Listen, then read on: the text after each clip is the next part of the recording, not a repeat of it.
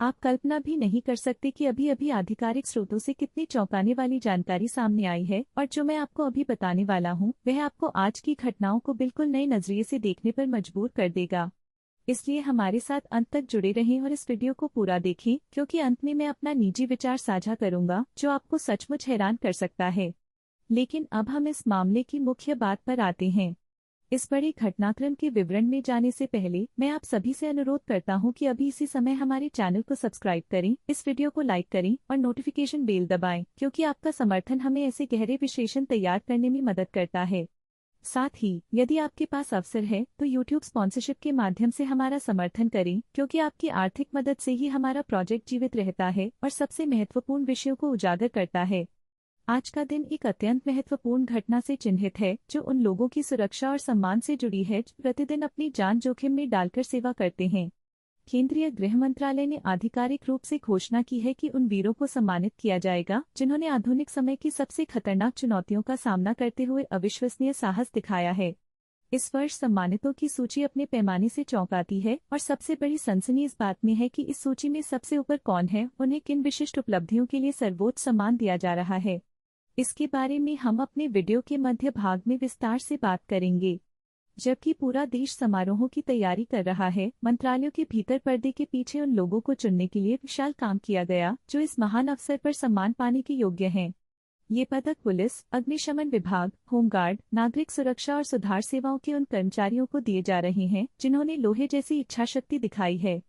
एक बड़ा ध्यान इस तथ्य पर केंद्रित है कि कई पुरस्कार उन इकाइयों को दिए जा रहे हैं जो अपराधियों और असामाजिक तत्वों से लड़ाई की अग्रिम पंक्ति में हैं।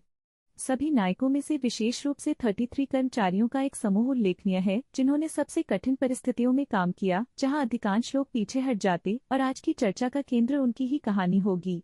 हम देख रहे हैं कि राज्य मशीनरी उन लोगों के पराक्रम को मान्यता दे रही है जो कानून और व्यवस्था की रक्षा करते हैं। इस वर्ष पुरस्कारों की संख्या पिछले वर्षों के रिकॉर्ड तोड़ रही है, जो इस सेवा की बढ़ती तीव्रता को दर्शाती है। केंद्रीय अधिकारियों ने विशेष रूप से पेशेवर क्षमता और निस्वार्थ सेवा पर जोर दिया है। आधिकारिक बयान पुष्टि करता है कि चयन उन्हीं लोगों का हुआ है जिनके पराक्रम आमतौर पर समाचारों में नहीं आते, लेकिन जिनकी भूमिका सुरक्षा प्रणाली के लिए अनिवार्य है। आगे बढ़ते हुए यह देखना महत्वपूर्ण है कि ये सम्मान कैसे वितरित किए गए हैं, क्योंकि सम्मानितों में केंद्रीय रिजर्व पुलिस बल के प्रतिनिधि भी हैं जिन्हें वीरता के लिए 12 पदक मिले हैं, जो उनकी असाधारण भूमिका का प्रमाण है।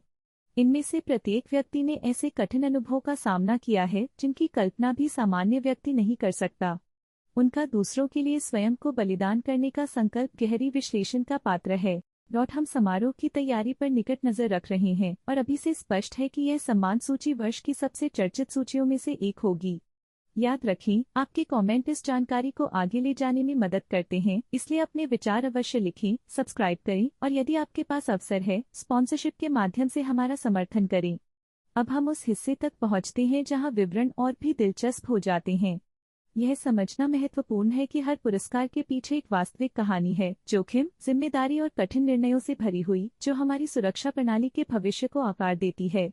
मंत्रालय न केवल पुलिस पर ध्यान दे रहा है, बल्कि उन सेवाओं पर भी जो नागरिक सुरक्षा और लॉजिस्टिक समर्थन प्रदान करती हैं, जिससे राज्य की पूर्ण तैयारियों की स्पष्ट तस्वीर बनती है। पुरस्कार समारोह उनके पराक्रम की आधिकारिक मान्यता का प्रतीक होगा, और हम प्रत्येक नाम और प्रत्येक भाषण को विस्तार से कवर करेंगे। इन सेवाओं का काम अक्सर ऐसे निर्णयों पर निर्भर करता है जिन्हें एक पल में लेना होता है और जिन पर सैकड़ों लोगों की जिंदगी टिकी होती है। ऐसे क्षणों में ही सच्चे नायक सामने आते हैं। आज हमें मिले सभी आंकड़े इस बात की पुष्टि करते हैं कि सरकार सुरक्षा बलों को प्रोत्साहित करने के उपायों को तेजी से बढ़ा रही है, और यह पूरे समाज के लिए एक महत्वपूर्ण संकेत है। हम अपनी बड़ी रिपोर्ट को जारी रखते हैं और जल्द ही सम्मानितों की प्रत्येक श्रेणी पर विस्तृत नजर डालेंगे। आगे वह जानकारी है जिसका मैंने शुरुआत में आपसे वादा किया था, और वह वाकई आपको सोचने पर मजबूर कर सकती है। अब मेरा निजी विचार, जो शायद आपको चौंका दे, जब हम देखते हैं कि पुरस्कारों की संख्या दर्जनों और सैकड़ों में पहुंच रही है, तो एक महत्वपूर्ण प्रश्न उठता है। राइट पॉइंटिंग फिंगर इमोजी, क्या यह स्थिरता का संकेत है, या यह दिखाता है कि दुनिया इतनी खतरनाक हो गई है कि वीरता अब दैनिक कर्तव्य बन गई है? मेरे विचार में इन पदकों की चमक और मंत्रालय के औपचारिक बयानों के पीछे एक विशाल तनाव छिपा है। पूरी राज्य व्यवस्था अपनी सीमा पर कार्य कर रही है ताकि उन खतरों को रोका जा सके जिन्हें हमने ऊपर उल्लेख किया। चौंकाने वाली बात यह है कि आधुनिक समाज लगातार खतरों को सामान्य मानने लगा है, जैसे यह हमारी रोजमर्रा की जिंदगी का हिस्सा हो, और यही सबसे डरावना संकेत है। इतने बड़े पैमाने पर पुलिस, अग्निशमन और नागरिक सुरक्षा बलों को सम्मान देना केवल परंपरा नहीं है, बल्कि यह राज्य का प्रयास है कि वह उन लोगों को संभाले जो अभूतपूर्व दबाव में काम कर रहे हैं। प्रत्येक नाम के पीछे नींदहीन रातें, घर वापस न लौट पाने का डर और भारी मानसिक तनाव छिपा है। यह हमें सोचने पर मजबूर करता है कि हमारी दुनिया कितनी नाजुक है और इसे बचाने का दायित्व कितनी बड़ी जिम्मेदारी है। यदि हम घोषित आंकड़ों को ध्यान से देखें तो स्पष्ट होता है कि चुनौतियां गुणोत्तर गति से बढ़ रही हैं, और यही हमें वास्तविकता से रूबरू करवाता है। हम अक्सर सुरक्षा को हवा की तरह लेते हैं, जिसे हम महसूस नहीं करते पर जिसकी हमें जरूरत है। लेकिन ऐसी खबरें हमें याद दिलाती हैं कि इस हवा के पीछे असीम परिश्रम और वास्तविक खतरा छिपा है। मेरी विचारधारा जो आपको चौंका सकती है, यह है राइट पॉइंटिंग फिंगर इमोजी। आने वाले वर्षों में हम सुरक्षा बलों की समाज में और अधिक महत्वपूर्ण भूमिका देखेंगे, और ये पुरस्कार उस बड़े परिवर्तन का सिर्फ आरंभ है। हम एक ऐसे युग में प्रवेश कर रहे हैं जहां व्यक्तिगत साहस सबसे महत्वपूर्ण संसाधन बनता जा रहा है। वीडियो को अंत तक देखने के लिए आपका धन्यवाद। आपके लाइक, कमेंट और समर्थन से ही हम यह कठिन काम जारी रख पाते हैं। कृपया कमेंट में लिखें, क्या आप मेरे विचार से सहमत हैं, या आपके पास इस स्थिति का अपना दृष्टिकोण है। हम इस विषय को अगले वीडियो में भी जारी रखेंगे, क्योंकि यह ऐसा मामला है जिसे गहराई से समझने की जरूरत है। नई मुलाकात तक सुरक्षित रहें और अपना ध्यान रखें।